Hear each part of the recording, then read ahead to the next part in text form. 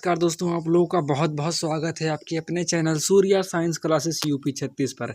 आज हम समझने वाले हैं संविधान का भाग 2, जिसका नाम है नागरिकता। और नागरिकता से संबंधित कैसे कैसे क्वेश्चन पूछे जाते हैं कंपटीशन में, हम उसी तरह से 40 मोस्ट इम्पॉर्टेंट क्वेश्चन इस वीडियो में शामिल किए हुए हैं। तो चलिए हम वीडियो को शुरू करते हैं। इससे पहले आप हमारे वीडियो को लाइक करके, चैनल पर यदि आप नए हैं तो चैनल को सब्सक्राइब कर लीजिएगा। हमारा पहला क्वेश्चन है, भारत की नागरिकता निम्नलिखित में से किस प्रकार प्राप्त की जाती है? तो भारत में जो नागरिकता है वह जन्म से भी प्राप्त की जाती है, वंशानुक्रम से भी प्राप्त की जाती है और देशीयकरण से, यानी कि ऑप्शन डी सही हो जाएगा, उपयुक्त सभी से। अगला हमारा क्वेश्चन है, कितने वर्षों तक लगातार बाहर रहने पर नागरिकता समाप्त हो जाएगी? जैसे कोई व्यक्ति है, भारत में रह रहा, भारत की नागरिकता है, लेकिन वो किसी कारणवश भारत से बाहर गया, तो भारत से बाहर अगर वो 7 वर्ष लगातार रहा तो उसकी नागरिकता भारत में खत्म कर दी जाएगी। तो ऑप्शन नंबर यहाँ पर सी सही हो जाएगा। अगला हमारा क्वेश्चन है, भारतीय संविधान में नागरिकता के प्रावधान कब लागू हुए? तो भारतीय संविधान में जो नागरिकता के प्रावधान लागू हुए वो 1950 में लागू हुए। ऑप्शन नंबर ए सही हो जाएगा। अगला हमारा क्वेश्चन है, संविधान द्वारा प्रदत्त नागरिकता के संबंध में संसद ने एक व्यापक नागरिकता अधिनियम कब बनाया था? यानी कि जो संसद है उन्होंने नागरिकता से संबंधित एक पहला अधिनियम कब बनाया था? तो उन्होंने 1955 में बनाया था। ऑप्शन नंबर सी सही हो जाएगा। अगला हमारा क्वेश्चन है, भारत में एकल नागरिकता की अवधारणा अपनाई गई है। तो भारत में एकल नागरिकता की जो अवधारणा अपनाई गई है वो इंग्लैंड से लिया गया था, इंग्लैंड के संविधान से प्रेरित है। ऑप्शन नंबर ए सही हो जाएगा। अगला हमारा क्वेश्चन है, किस देश में दोहरी नागरिकता का सिद्धांत है? तो दोहरी नागरिकता का जो सिद्धांत है वो अमेरिका में और स्विट्जरलैंड में, 2 देशों में है। 2 देशों में दोहरी नागरिकता है और हमारे भारत में जो एकल नागरिकता है। तो यहाँ पर पूछा किस देश में दोहरी नागरिकता का सिद्धांत स्वीकार किया गया है? तो संयुक्त राज्य अमेरिका में। ऑप्शन नंबर यहाँ पर डी सही हो जाएगा। अगला हमारा क्वेश्चन है, नागरिक बनने की निम्नलिखित शर्तों में से एक आवश्यक शर्त है। तो नागरिक बनने के लिए निम्नलिखित में से जो आवश्यक शर्त है वो है राज्य की सदस्यता। Option number A. अगला हमारा क्वेश्चन है, संविधान का कौन सा भाग नागरिकता के प्रावधानों से संबंधित है?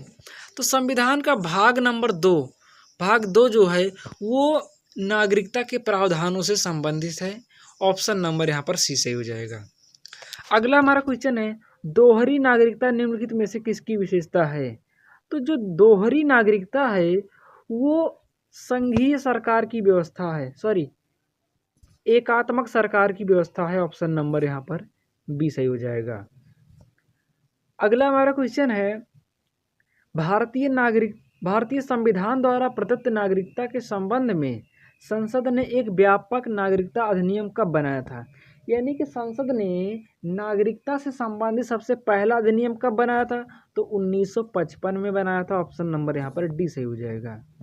अगला हमारा क्वेश्चन है, भारतीय संविधान के किस अनुच्छेद के तहत संसद को भविष्य में नागरिकता के संबंध में कानून बनाने का अधिकार है? यानी कि संविधान का कौन सा अनुच्छेद संसद को नागरिकता संबंधित कानून बनाने का अधिकार देता है? तो वो है अनुच्छेद 11। ऑप्शन नंबर डी सही हो जाएगा। अगला हमारा क्वेश्चन है, मार्शल नागरिकता में अधिकारों को शामिल किया गया है। तो जो मार्शल नागरिकता है उसमें राजनीतिक अधिकार को शामिल किया गया है। ऑप्शन नंबर बी सही हो जाएगा। अगला हमारा क्वेश्चन है, किसने स्पष्ट किया है कि जो व्यक्ति किसी राज्य के विधि निर्माण या न्याय प्रशासन में हिस्सा लेने में समर्थ है वह नागरिक है? तो यह किसने कहा था? तो ये कथन अरस्तु जी का है। ऑप्शन नंबर बी सही हो जाएगा। अगला हमारा क्वेश्चन है, नागरिकता का प्रावधान भारतीय संविधान के किस भाग वह अनुच्छेद में है। तो जो नागरिकता का प्रावधान है वो भारतीय संविधान के भाग 2 में अनुच्छेद 5 से 11 तक है। ऑप्शन नंबर सा सही हो जाएगा। अगला हमारा क्वेश्चन है, किस देश में दोहरी नागरिकता का प्रावधान है? तो किस देश में दोहरी नागरिकता का प्रावधान है? अमेरिका और स्विट्जरलैंड दो ही है। यहाँ पर ऑप्शन में स्विट्जरलैंड दिख रहा है, इसे टिक करेंगे, ऑप्शन नंबर सा सही हो जाएगा। अगला हमारा क्वेश्चन है, प्राचीन यूनानी नगर राज्यों में अरस्तु के अनुसार नागरिक थे। तो जो प्राचीन यूनानी नगर राज्यों में अरस्तु के अनुसार वो नागरिक थे, वो दास भी थे, श्रमिक भी थे, अवकाश प्राप्ति व्यक्ति भी थे। ऑप्शन नंबर 10 सही हो जाएगा, उपरोक्त सभी। अगला हमारा क्वेश्चन है, भारतीय संविधान के अनुसार नागरिकता के अधिकार का बना रहना किस अनुच्छेद के अनुसार है? तो भारतीय संविधान के अनुसार नागरिकता का बना रहना की चर्चा जो है वो अनुच्छेद 9 में है, यानी कि आपका जो नागरिकता हो कब तक सुरक्षित रहेगा। अगला हमारा क्वेश्चन है, संविधान द्वारा प्रदत्त नागरिकता के संबंध में संसद ने एक नागरिकता अधिनियम कब बनाया था? तो वो 1955 में बनाया था। ऑप्शन नंबर यहाँ पर सही हो जाएगा। अगला हमारा क्वेश्चन है, भारतीय संविधान के किन अनुच्छेदों में नागरिकता संबंधी प्रावधान दिए गए हैं? तो अनुच्छेद 5 से लेकर के 11 तक नागरिकता के संबंधित प्रावधान दिए गए हैं। अगला हमारा क्वेश्चन है, भारतीय संविधान निम्नलिखित में से कौन सी नागरिकता प्रदान करता है? तो भारत में जो संविधान है वो एकल नागरिकता प्रदान करता है। ऑप्शन नंबर ए सही हो जाएगा, एकल नागरिकता।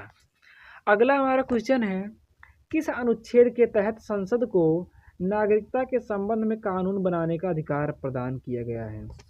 तो अनुच्छेद 11 के तहत संसद को नागरिकता के संबंध में कानून बनाने का अधिकार प्रदान किया गया है। अगला हमारा क्वेश्चन है, भारतीय नागरिकता नहीं प्राप्त की जाती है। तो भारतीय नागरिकता जन्म के द्वारा प्राप्त की जाती है, देशीयकरण के द्वारा प्राप्त की जाती है, किसी भूभाग के सम्मिलित के द्वारा प्राप्त की जाती है, लेकिन भारतीय बैंक में धन जमा करके नागरिकता प्राप्त नहीं किया जा सकता है। ऑप्शन नंबर डी सही हो जाएगा। ऑप्शन नंबर डी सही हो जाएगा। अगला हमारा क्वेश्चन है, देशीयकरण द्वारा नागरिकता प्राप्ति का एक तरीका क्या है? तो देशीयकरण द्वारा जो नागरिकता प्राप्त करने का तरीका है वो है कि आप जैसे पाकिस्तान की नागरिकता चाहते हैं तो पाकिस्तान में जाइए और किसी भी लड़की से या किसी भी पुरुष से शादी कर सकते हैं। जब शादी कर लेंगे तो वहाँ उस नागरिक के जरिए आपको भी नागरिकता मिल जाएगी। तो ऑप्शन नंबर यहाँ पर सी सही हो जाएगा, विदेशी पुरुष से विवाह करने पर। अगला हमारा क्वेश्चन है, नागरिक बनने की निम्नलिखित शर्तों में से एक आवश्यक शर्त है।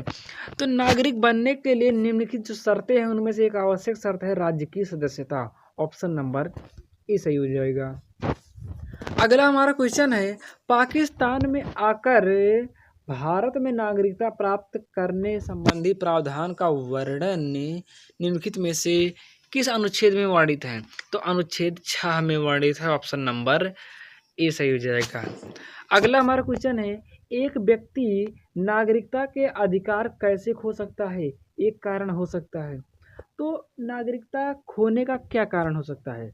तो उसका कारण है दूसरे राज्य की नागरिकता ले लेना।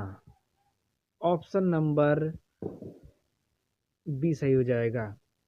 अगला हमारा क्वेश्चन है, निम्नलिखित में से कौन सी शर्त भारत की नागरिकता प्राप्त करने के लिए नहीं है?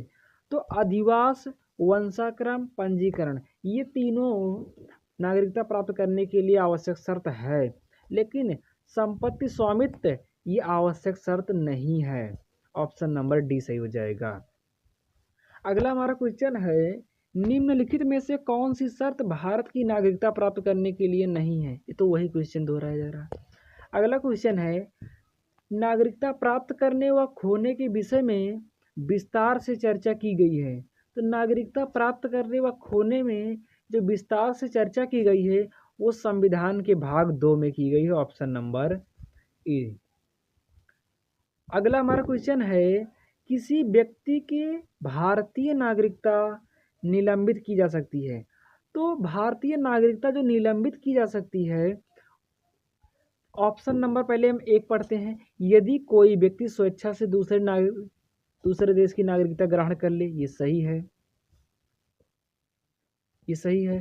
यदि वह नागरिकता के दायित्व से परिचित ना हो, इससे कोई मतलब नहीं। यदि भारत सरकार को यह विश्वास हो जाए कि नागरिकता छलपूर्वक प्राप्त है, यदि व्यक्ति जन्म से देश का नागरिक है किंतु किसी विशेष विदेशी राष्ट्र में युद्ध के दौरान वह शत्रु की सहायता पहुंचाने की गतिविधियों में लिप्त पाया गया है, यानी कि जो नागरिकता निलंबित की जा सकती है उसके 3 कारण जो हैं, ऑप्शन नंबर 1, 3 और 4 हो जाएगा। ऑप्शन नंबर यहाँ पर सी सही हो जाता है, 1, 3 और 4।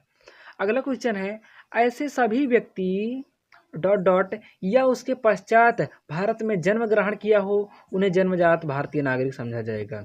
यानी कि जो 26 जनवरी 1950 या उसके बाद भारत में जन्म लिए हैं उन्हें भारत का नागरिक समझा जाएगा। ऑप्शन नंबर सी सही हो जाएगा। अगला हमारा क्वेश्चन है, निम्न में से किस स्थिति में किसी भारतीय व्यक्ति की भारतीय नागरिकता समाप्त हो जाती है?